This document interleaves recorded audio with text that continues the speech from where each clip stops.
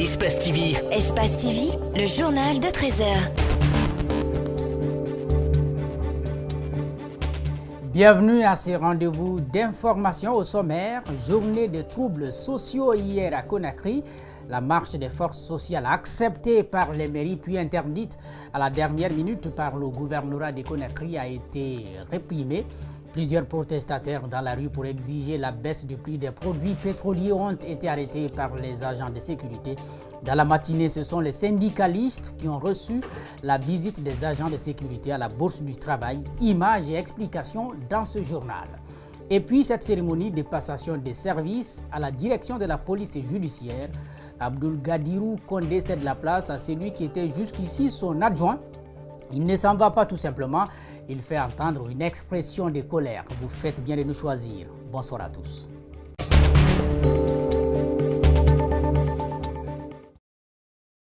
La marche pour la dignité annoncée par les forces sociales pour hier lundi a été empêchée par les forces de sécurité sur instruction du gouvernorat de Conakry, alors que les citoyens étaient appelés à se mobiliser au rond-point de la tannerie. Les agents de la police les ont dispersés à coups de gaz lacrymogène. Quelques arrestations ont été enregistrées ainsi que des activistes qui ont été malmenés par les hommes du général Bafoué.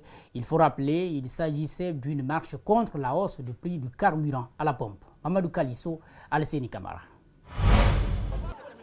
Jour de marche des forces sociales, les indignés contre l'augmentation du prix du carburant peinent à prendre départ. Tôt le matin, un important dispositif sécuritaire a été mis en place. Les marcheurs, munis de leurs pancartes, n'ont même pas pu rallier le rond-point de la tannerie, point de départ de la marche. Ils ont été dispersés à coups de gaz lacrymogène. Les organisateurs expriment leur déception. Après avoir pillé le pays ou en continuant à piller le pays, ils veulent encore nous assujettir par la force des armes en toute violation de nos lois. On comprend maintenant que cet État-là ou ce gouvernement est prêt à tout pour défendre des intérêts partisans au détriment des populations. Nous n'allons jamais accepter de nous soumettre à ce dictat. Nous allons résister par les voies pacifiques, par les voies que la loi nous reconnaît, mais nous allons continuer à nous battre jusqu'à ceux qui comprennent que le pays-là ne peut plus être gouverné comme ils l'ont toujours fait. Des acteurs déterminés à poursuivre leur marche entonnent l'hymne national. Certains s'assoient à même le sol. Les forces de l'ordre foncent sur eux. Ils lèvent leurs mains pour montrer qu'ils ne sont pas armés. Ils sont embarqués de force par les agents.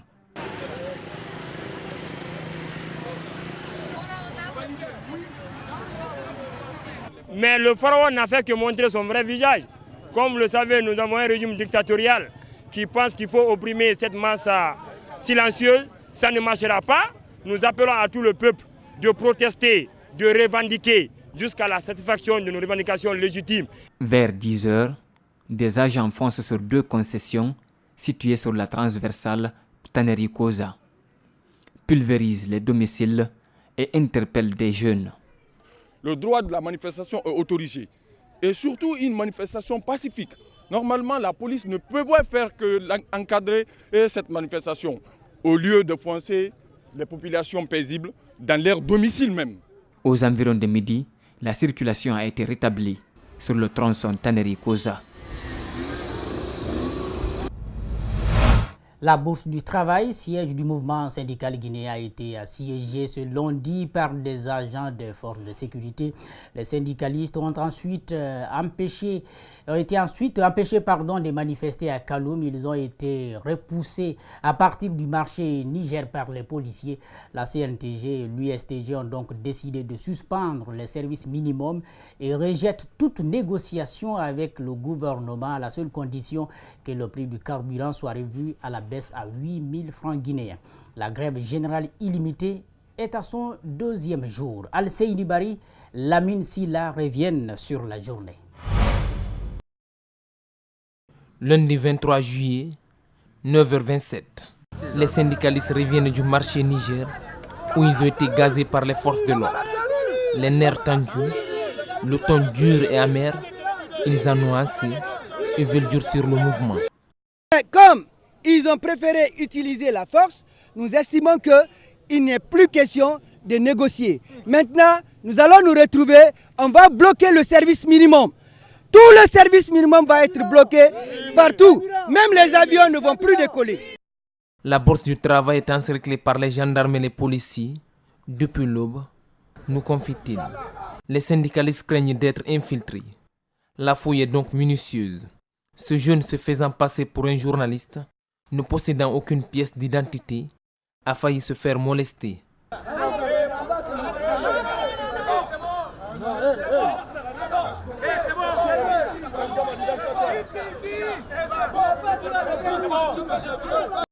Dans la salle de réunion, les syndicalistes sont en conclave pour définir la stratégie pour mieux accéder à leurs revendications. Au-delà de l'arrêt du service minimum et la suspension des négociations, les syndicalistes comptent porter plainte contre le directeur des unités d'intervention de la police. Le général Bafoué, je le dis, on portera plainte contre lui devant la justice guinéenne d'abord, devant la justice de la CEDEAO et au niveau international. Nous avons perdu en 2007 350 jeunes. Nous allons réveiller tout ça.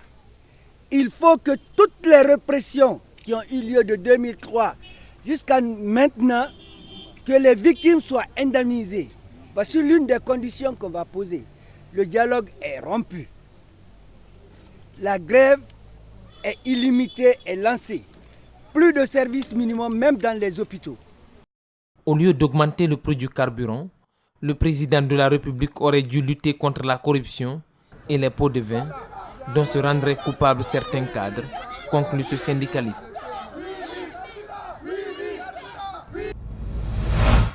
Cette autre actualité, doit-on craindre? Les malades du VIH-Sida sont confrontés depuis quelques semaines à un souci majeur en Guinée, le manque des antirétroviraux dans les centres de traitement. Cette crise inquiète les concernés et les associations des personnes infectées et affectées par la maladie.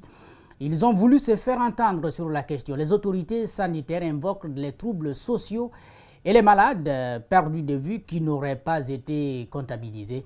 La société civile, quant à elle, voudrait une solution immédiate. Fatou Kébé, Mohamed Aloussen Camara sont allés à la rencontre des acteurs concernés. Asmiou Camara est porteur du VIH. Loin de craindre une quelconque stigmatisation, il veut porter la voix de ses collègues. Plusieurs séropositifs enregistrés à travers le pays connaissent une rupture d'approvisionnement en antirétroviraux. Le manque est constaté depuis quelques semaines. Les risques, lui et ses amis les connaissent.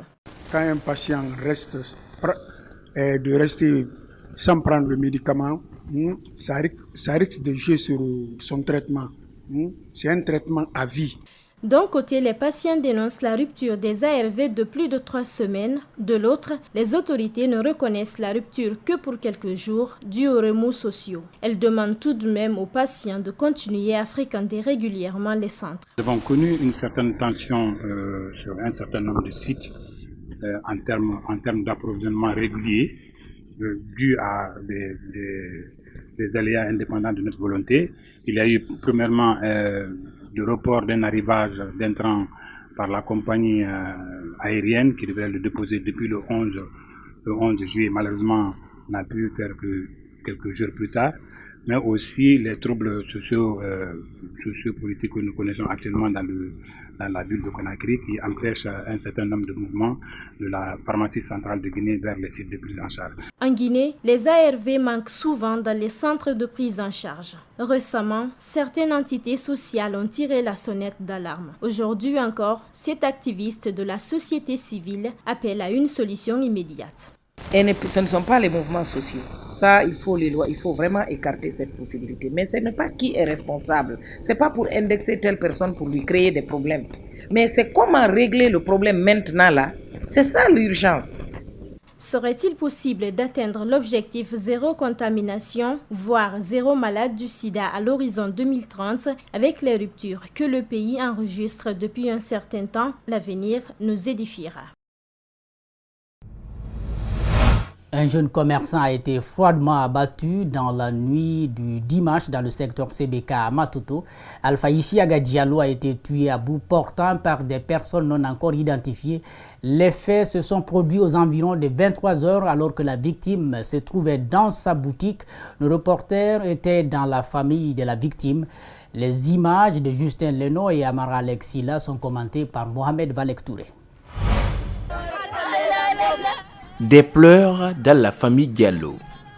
Après la mort de leur fils Alpha Isiaga, le jeune commerçant a été abattu dans sa boutique dans la nuit du dimanche aux environs de 23 h. Le visage serré, Mamadou Saliou, le frère du défunt, donne une explication brève du déroulement des faits. C'est hier aux environs de 3 h du matin que les malfrats l'ont attaqué. Ensuite, ils n'ont rien trouvé dedans. Ils l'ont fouillé tout ce qui c'est bien. Informés, les responsables de la gendarmerie et ceux de la police de Matoto ne sont venus sur les lieux que le matin. Mamadou Diallo, son frère, dénonce cette attitude. Il y a des personnes qui sont parties demander à l'escadron qui se trouve en bas de venir au secours. Mais ces gens-là n'ont pas voulu venir. Ils ne sont pas venus pour secourir le bonhomme. Les bandits ont pris, ils étaient en pied, ils ont pris la tangente vers Kendakaya. Aux dernières nouvelles, le corps d'Alpha Isiaga Diallo a été transporté à l'hôpital d'Onka. Il laisse derrière lui une femme enceinte et 3 enfants.